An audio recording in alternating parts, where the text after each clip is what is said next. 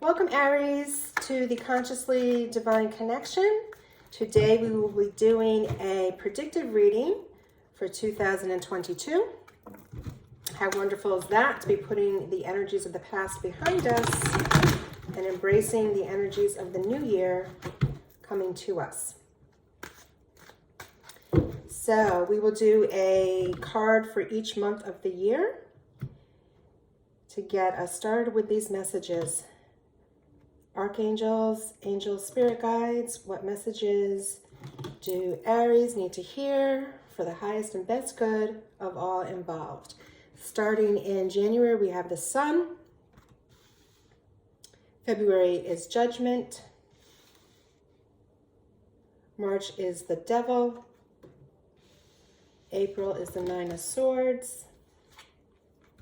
May, the Star. June, Two of Swords. July, Queen of Swords. August, Six of Cups. September, Knight of Pentacles. October, the Four of Swords. November, the Knight of Wands. And we end out the year in December with the Magician. Okay, so let's take a look at this. All right, so in looking at the cards, you've got 1, 2, 3, 4, 5 major arcana. Very powerful energies coming through for you. Let's start with January. We have the Sun. So the Sun is what a great way to start off the new year, right? It's a sign that you have probably come through some challenges or difficult time in 2021 that we are putting behind us. Maybe it was an illness, maybe a loss of job, some sort of challenge for you. And the Sun shines light on the situation. It brings in clarity, reduces confusion. You can now see what paths are available to you. It is a time of success, recognition, and you are really living from a place of gratitude. You're having all the supports and resources that you need available to you now. So, right next to it is the Judgment card. And this is interesting too, that this is the order it falls in the decks. So Judgment card is all about having completed a rite of passage. You are preparing for your final achievement. Again, it could be, as a general reading, this could mean many different things for each of you. So it may be a rite of passage with completing some sort of training for a new position, for a new career.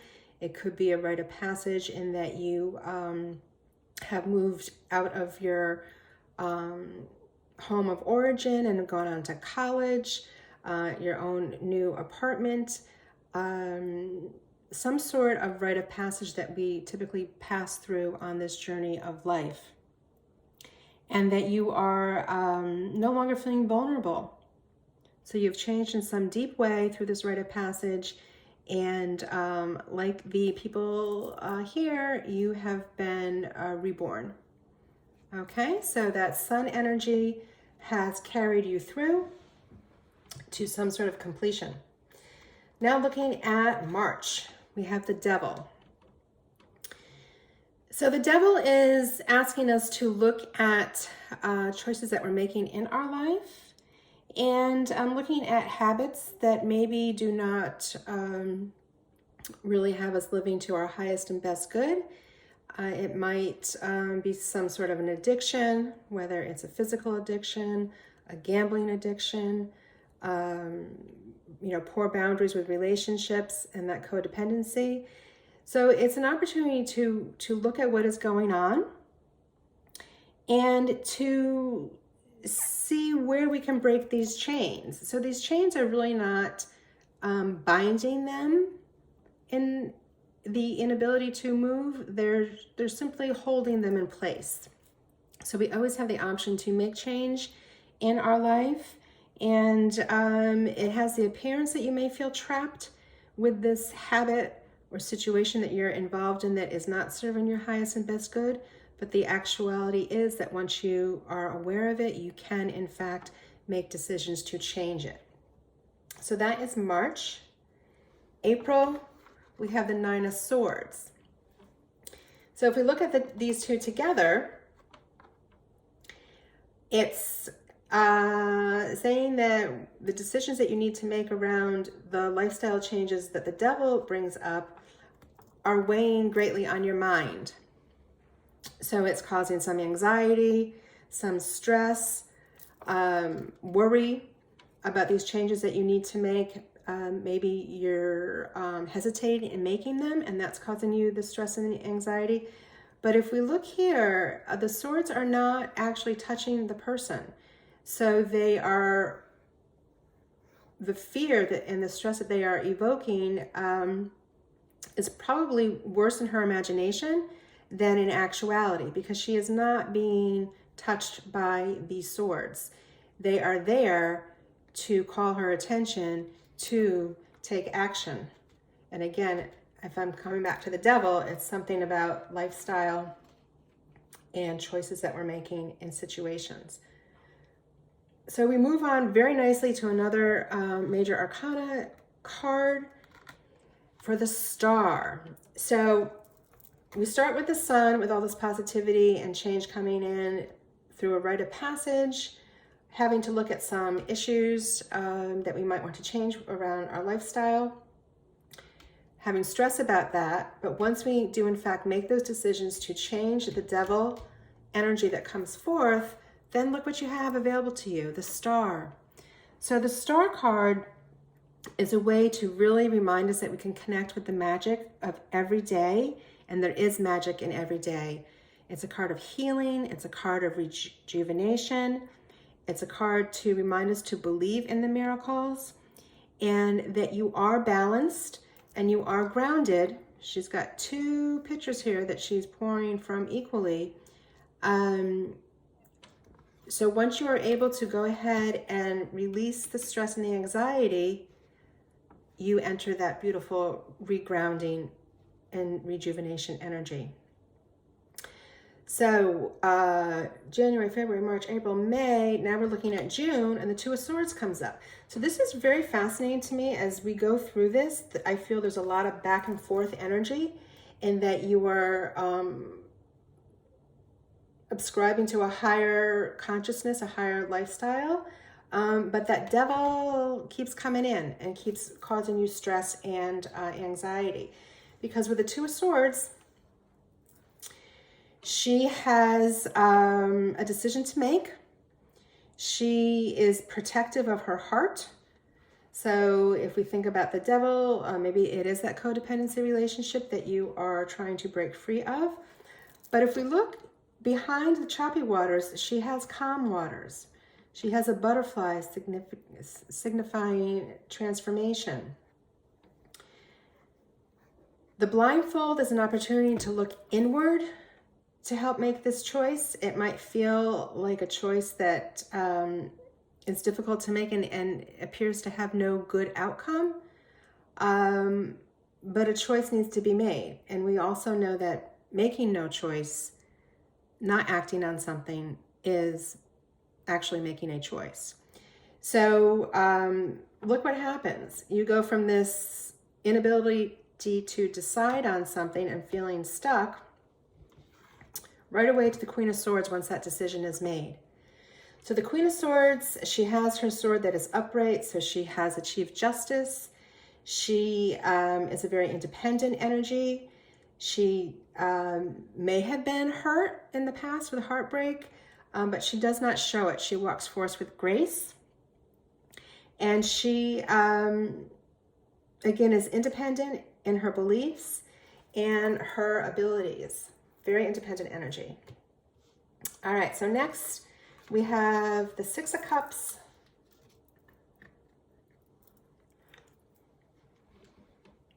Such a cute card. The Six of Cups looks at balance, and it looks at some nostalgia. It looks at this child and this older person working together to appreciate the bounty of their garden with their flowers. It may also represent inner child work. Okay, so this comes back to that devil energy. And they have a very calm and peaceful and harmonic existence here. It's working together alongside someone, so you do have support available to you, and it's all about harmony. All right, so next we have the Knight of Pentacles. So this Knight of Pentacles is very purposeful energy. They are building something. They are building a foundation to master a skill set. And they have a very unwavering belief in what it is that they're bringing forth. All right. So here again, we see a lot of opportunity, periods to reflect, more opportunity, periods to really decide what it is that you want, and making that decision to bring you into the Queen of Swords. You come to some harmony, and then you're rejuvenated again to bring forth this purposeful mission that you are on with the Knight of Pentacles. And next we have the Four of Swords. So now we're looking to rest again. So it's all about putting energy out, looking inward, giving yourself permission to rest, and then putting energy out again. So a very busy year in the sense of both outward productivity and also inward growth.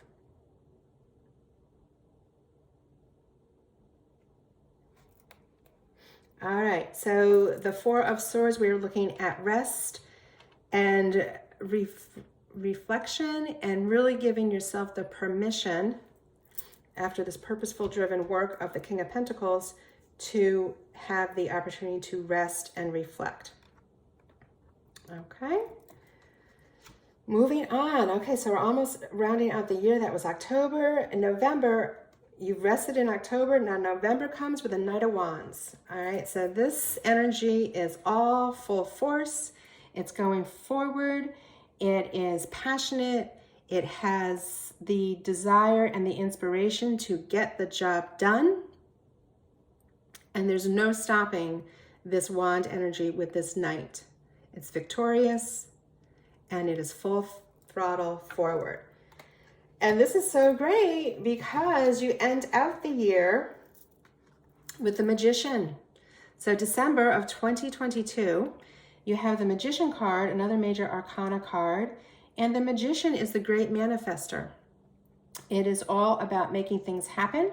How great to have the support of the Knight of Wands with you in November for the execution of the things that you want to manifest. So it is bridging heaven to earth and bringing forth earthly manifestations. And look at this. Whatever vision you started out with in January, through all of the reflection and the really deepening of your spiritual beliefs, your personal beliefs, your highest living at the highest potential, the sun has brought you the Magician that will make all of this come together. Very powerful year for you. I would save this and refer back to it because it's going to feel up and down, up and down. It's really just a calling for you to live at the highest consciousness that is available to you. I'm wishing you a very blessed year, and there's great things in store for you. Be well.